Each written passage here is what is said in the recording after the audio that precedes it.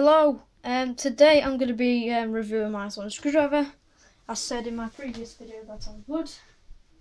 So, here it is. Now, sorry about me lighting, I'll just switch it on for you so you can see a little bit better. There we go. Now, I've had a few issues with this, but I've repaired it. As you can see, a bit of soldering iron accidents. Well, here's the box. We have the Doctor's logo there, 5 years and plus, with the window display of the sonic screwdriver shown nicely.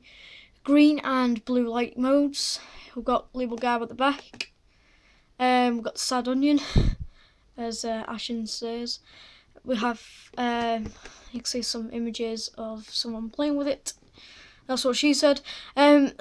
Static and flash light chase and the light and sound effects. The BBC and Doctor Who logo. The 12th Doctor's second sonic screwdriver. Electronic lights and sound effects.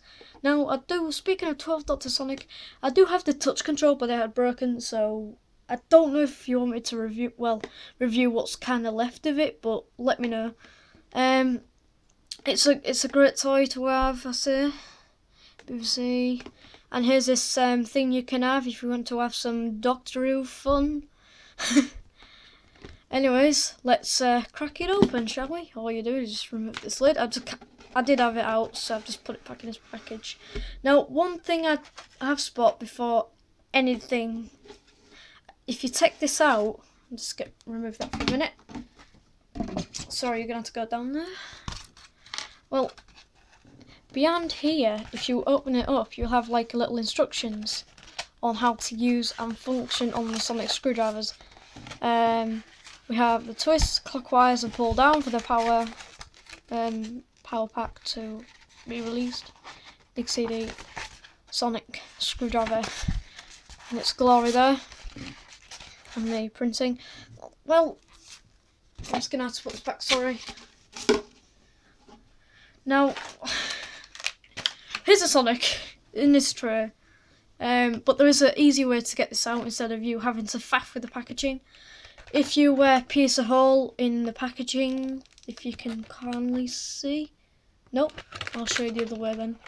You can see like a little hole there, if you can see it. Well, if you pierce a hole in that, you'll be able to pull it out with a bit less force, like this. Go like that, and boom! The hole just got bigger, that's what she said, quote. And here is the Sonic itself. Now, many people don't like the Sonic screwdriver, but some do. Like Vosaxon07, he says he don't like the Sonic screwdriver, but when he got the rubber replica, he absolutely loved holding it. I know there's no grub screw at the back because this is just a toy. Now, I did try to modify the Sonic screwdriver, but it kind of went on the dodgy side of things, so I'll explain that in a few moments. So we have the emitter tip there with the 5 LEDs going like a dice. Got this. I'll show you where the batteries are in a minute. You got this little screw which is removable on either sides. But on here is where I accidentally had the soldering iron coating on stuff, and I kind of caught myself on the soldering iron a few times. So yeah, then I had it on this side, and there's like a bit of paint that's come off, so I'm going to cover that back up soon. Then with the screwdriver you can just wedge it down there and just pull the ring off. I haven't glued it back on because I want to be able to access the wires if it needs to be done.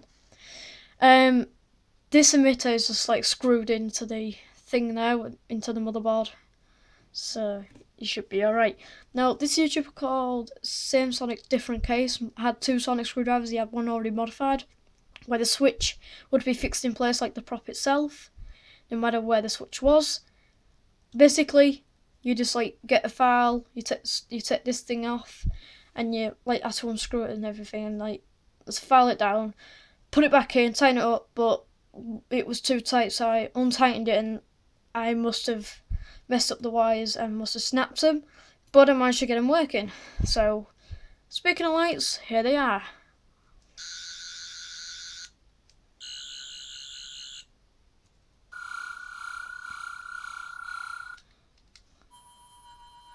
Sorry if you can hear that bird is like kind of dying, it's because of the batteries.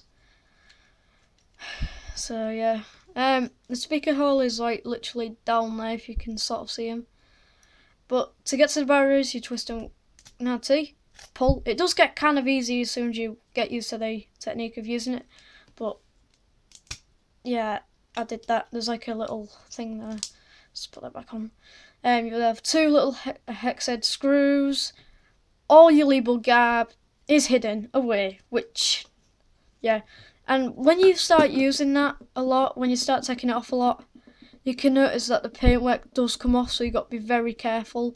Now, this does rattle around, so I don't know if it's strong enough. One drop could be dead, it's like got scratches on it.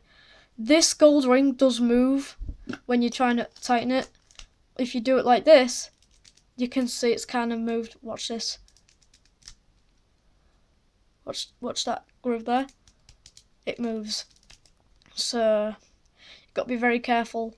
Now these look like it can eject from the Sonic and make it more thingy. Now on the prop, Peter Capaldi had noticed that there's a red setting, but yet the toy doesn't have a red setting. Speaking of Capaldi, he's leaving season 10. Oh no. Yeah, he's already done his death scene, guys, so you're gonna have to wait until Christmas to see him again. Now, overall, what do I think to this toy? Well, it's a great toy, I think. Yeah, you should go for it. Now, end of the day, it's a great toy, you should buy it. Got it off Amazon. But they may take quite a while to come, like mine did. So, when you want to, I'd say you could buy two, because you could keep one in its box, like for money reference and stuff, because that's how things is. I might review some more Doctor Who stuff and even show off my other 12 Doctor Sonic, which is a touch control, which doesn't work, but I've kind of had to you know, Davros it a bit. So thank you for watching, really hope you enjoyed this, and I'll see you soon. Bye bye!